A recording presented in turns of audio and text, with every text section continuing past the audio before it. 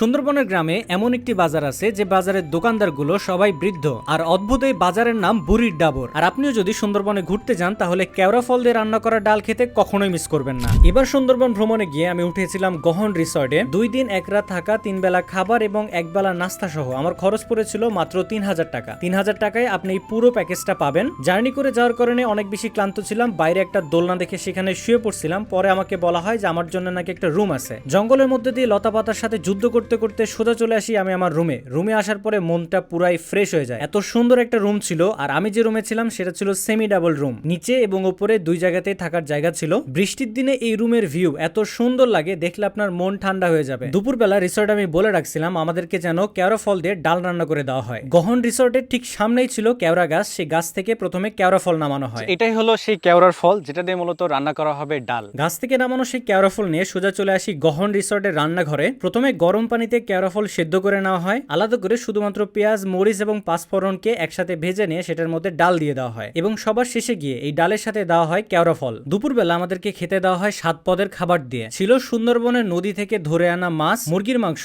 কেওড়া দিয়ে রান্না করা ডাল, আর এবাদেও ছিল রিসর্টের পুকুর থেকে ধরে আনা চিংড়ি দিয়ে এবং পুঁইশাক দিয়ে রান্না করা এক তরকারি, ভেন্ডি ভাজি, পেঁপে ভর্তা এবং ডাল ভর্তা। এই সমস্ত খাবার দিয়ে দুপুরবেলা আমরা পেট ভরে খাওয়া দাওয়া করি। এরপরে বের হই আমরা গ্রামে ঘুরতে যাওয়ার জন্য। রিসর্ট থেকে একটা ভ্যান ম্যানেজ করা হয়। সেই ভ্যানে আমরা জন প্রতি 100 টাকা করে দিয়ে ঘুরতে যাচ্ছে এখন গ্রামে। গ্রামগুলো ঘুরে দেখলে বুঝতে পারবেন যে বাংলাদেশের প্রাকৃতিক সৌন্দর্য আসলে কতটুকু সুন্দর। শহর থেকে দূরে এই গ্রামীণ জীবন দেখলে আপনার মন ভরে যাবে। ভ্যানে করে 10 থেকে 15 মিনিট জার্নি করার পরে আমরা সোজা চলে আসি বুড়ির ডাবর বাজারে। যতগুলো দোকান ছিল তার বেশিরভাগই দোকানদার ছিল বুড়ি মানুষ, আমাদের দাদি বা নানির বয়সী সবাই। কেউ বিক্রি করছে সুন্দরবন থেকে ধরে আনা কাকড়া, আবার কেউ বিক্রি করছে নিজের গাছের আম। এমন অনেক দোকানদারও আছে যাদের বয়স 60 থেকে 70 বছরেরও বেশি। বুড়ির ডাবর এই বাজার ঘোরাফেরা শেষ করে আমরা সুন্দরবনের আরো কিছু গ্রাম ঘুরে ফিরে দেখি। এত সুন্দর সুন্দর সব রাস্তা ছিল যেগুলো দেখলে আপনার খুবই ভালো লাগবে। তো বিকালবেলা ঘোরাফেরা শেষ করে আমরা সন্ধ্যায় চলে আসি রিসর্টে। এরপরে নাস্তায় ছিল নুডলস, সেটা দিয়ে নাস্তা করে আমরা রেস্ট নেই। তো সুন্দরবন আপনি যদি ঘুরতে আসেন এই বুড়ির ডাবর বাজার এবং সুন্দরবনের গ্রাম তো অবশ্যই ঘুরবেনই, সাথে কেওড়া ফল দিয়ে রান্না করা ডালটা অবশ্যই ট্রাই করবেন। এটা খাইতে